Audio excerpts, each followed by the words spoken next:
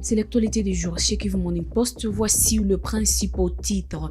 Des violents combats opposent depuis jeudi matin la SM23 alliée à Twirwaneho au FARDC appuyé par l'armée burundaise et le Wazalendo au point zéro en territoire de Fizi où la situation reste très tendue dans ces secteurs stratégiques à la limite avec Mwenga. La coalition d'opposition Sauvons la RDC initiée par Joseph Kabila exige l'aboutissement du processus de Doha avant tout dialogue national et appelle à un cessez-le-feu ainsi qu'à la décrispation du climat politique. C'est tout pour les titres, bienvenue dans les détails.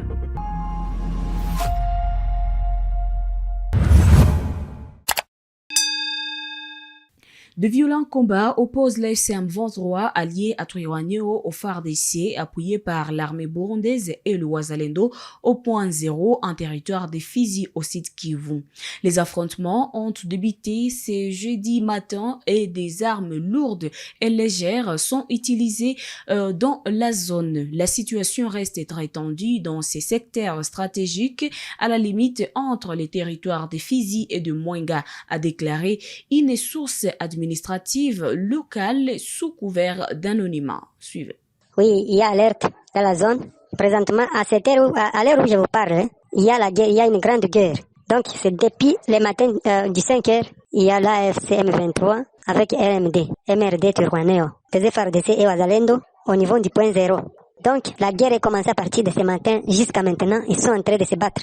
Donc, c'est grave là-bas. C'est ça l'information actualisée à cette heure même. À cette heure, oui. C'est un affrontement plus fort que possible. Donc, jusqu'au preuve du contraire, jusqu'à l'heure où je vous parle, la guerre continue. Donc, le point zéro là, c'est quand on avance vers Fizi Centre. Donc, jusque-là, on n'est pas encore arrivé au niveau de la bifurcation qui sépare le tronçon, la route qui mène vers Fizi Centre et le tronçon qui descend Baraka Centre. On n'a pas encore arrivé là-bas. Donc, quand ils avancent pour descendre, ils vont arriver au niveau de Moulima. C'est après Moulima qu'ils vont alors atteindre Mukera. C'est après Mukera, quelques 500 mètres après Mukera. Après avoir traversé le pont Mukera, c'est à ce moment-là qu'ils vont alors trouver la bifurcation qui, l'un des chemins va Fizi Centre et l'autre descend Baraka Ville. Mais c'est encore à distance. C'est à peine 50 km. Et là où ils sont en train de se battre, jusqu'au niveau de cette bifurcation, il y a encore 50 km. Ouais. L'endroit où ils sont en train de se battre, ils ont commencé à se battre, c'est au niveau du point zéro. Mais à présent, les Wazalendo et les FARDC, ils ont repoussé jusqu'à l'endroit où on appelle Toué. Donc c'est là où ils sont actuellement. La coalition de l'opposition Sauvons la RDC, initiée par Joseph Kabila, demande la finalisation complète du processus de Doha avant tout dialogue national. Le mouvement appelle à un cessez-le-feu et à la décrispation du climat politique pour garantir un dialogue sincère et inclusif. Blaise Bassabossé. Dans un communiqué, Sauvons les Congo estime que l'aboutissement de ces processus doit être prioritaire avant tout dialogue national plus large. Les mouvements affirment avoir été consultés par 2 reprises par les autorités angolaises au sujet d'un éventuel dialogue entre Congolais. Pour la coalition, le succès de tout dialogue repose d'abord sur la sérénité et la bonne foi des parties. Le changement sans arrêt de lieu et des médiateurs auxquels nous assistons de Nairobi à Luanda, Lomé, de Doha et Luanda, en passant brièvement à Bujumbura, Kampala, Lomé, tant d'autres capitales, consacrent l'instabilité de la vision, laisse un goût inachevé, explique Sauvons la République dans les communiqués. La coalition déplore les ambiguïtés stratégiques et les contradictions quant aux options pour résoudre la crise. Elle souligne que la recherche du dialogue doit s'accompagner d'une volonté politique concrète, notamment la libération des prisonniers et la décrispation du climat politique.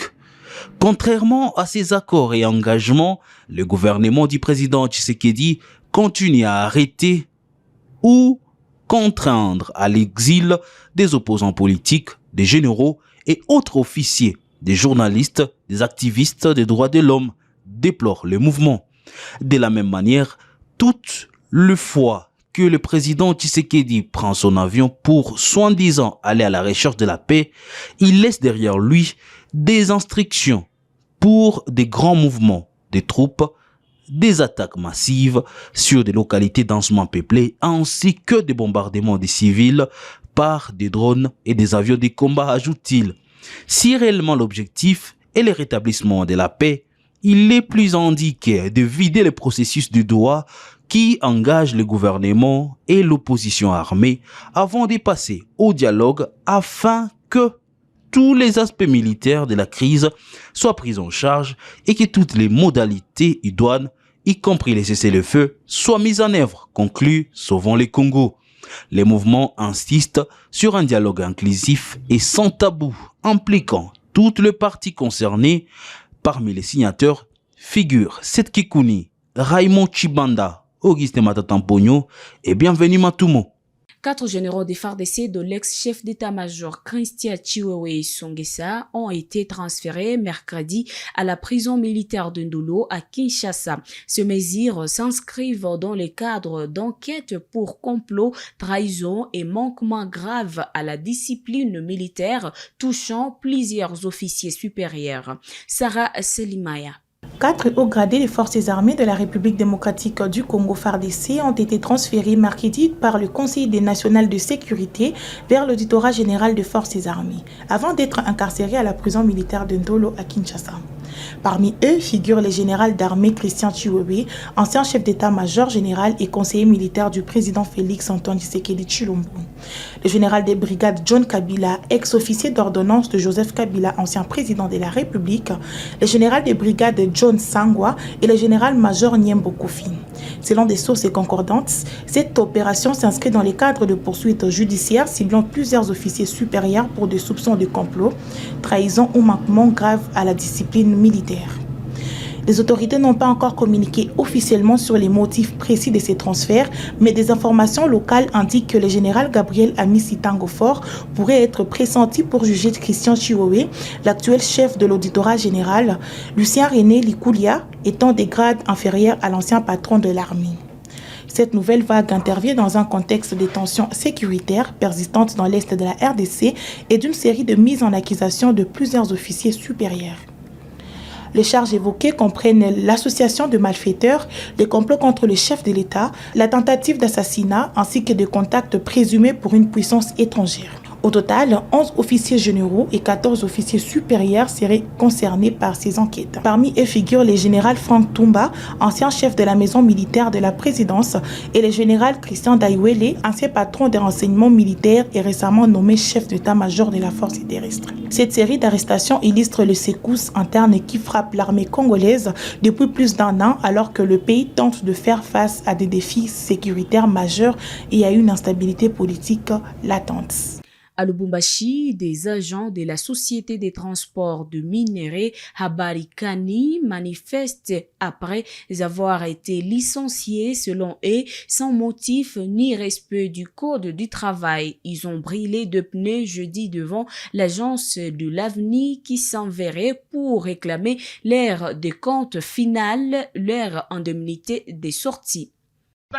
Hata siku moja unasema president de la republique ego mumufuko yake unasema president de la republique ego mumufuko yake ene tulisansie chie malisansiment abusif ene tutosha makaja ase mwende kote kule mutenda abate nifa kintu gouvernement congolais igu muposhi yangu mie ye huyu Blanchard huyu mzungu Habarikani anafia kutukuria makuta tefem na rompre contrat tefem njo na rompre contrat ina chie atatukura makuta je aturipe ma décompte yetu na maindemnité de sortie. C'est ça, c'est vrai. La province du Haut-Lomami a enregistré plus de 6120 cas de choléra et 127 décès de janvier en décembre 2025.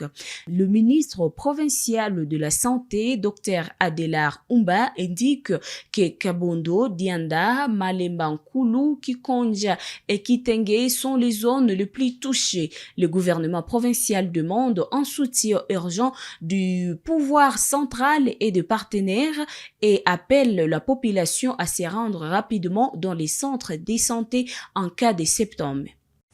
Nous avons beaucoup de plaintes dans la zone de santé de Bukama. Pourtant, c'est une situation générale pour les 8 zones de santé qui sont dans les territoires de Malemba-Nkulu et de Bukama. La situation remonte d'un cas qui était notifié à partir de Moulongo parce que un navire qui venait de Congolo avait à son bord un malade atteint de choléra. La situation s'est empirée parce que le navire allait jusque à Bukama. Actuellement, Bukama n'est plus une zone très préoccupante, mais c'est par contre Kabondo, Kinkonja et Kitenge malheureusement, qui n'est pas une zone endémique. Une personne a quitté le bas fleuve atteint de choléra jusqu'à Kitenge, et comme les gens ne savent pas le choléra, ne savent pas le traiter, finalement, ça continue parce que la semaine passée, on a eu à notifier 11 cas avec un décès déjà. C'est trop alarmant. Il faut dire que de manière générale, depuis la première semaine 2025 jusqu'à la 52e semaine, la province a connu 6120 cas avec 127 décès. Et la zone qui vient en tête, c'est Kabondo Dianda, avec 1125 cas, suivi de Malemba-Nkulu, qui a notifié 920. Après Malemba-Nkulu, c'est Kinkonja qui a notifié 910 cas. Mais Bukama fait aussi partie des zones qui ont notifié beaucoup de cas. Qu'elles sont devenues en épidémie si les cas se dédoublent de semaine en semaine. C'est les cas que nous connaissons actuellement. Et plusieurs zones entrent en danse, même Butumba, Mukanga, Luamba, tant mieux. Mais ce qui est plus grave aujourd'hui, c'est Kitenge. Kitenge qui vient de notifier les cas. Plus de 21,6 millions d'Ougandais votent ce jeudi pour des élections générales sous tension. Bobby Wine dénonce la coupure d'Internet, bourrage d'urnes et arrestations ciblées.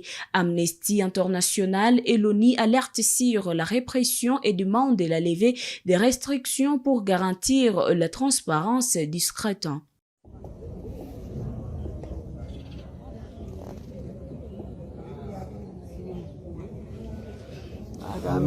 bayimiridde buyimirizi tebalonda, tewali kitambula, wonna olabawo abantu tewali yadde okulonda yadde n'akamu, tewali yadde ebigundi bimashini biganye, tuli wano tutunula butunuzi mpangali.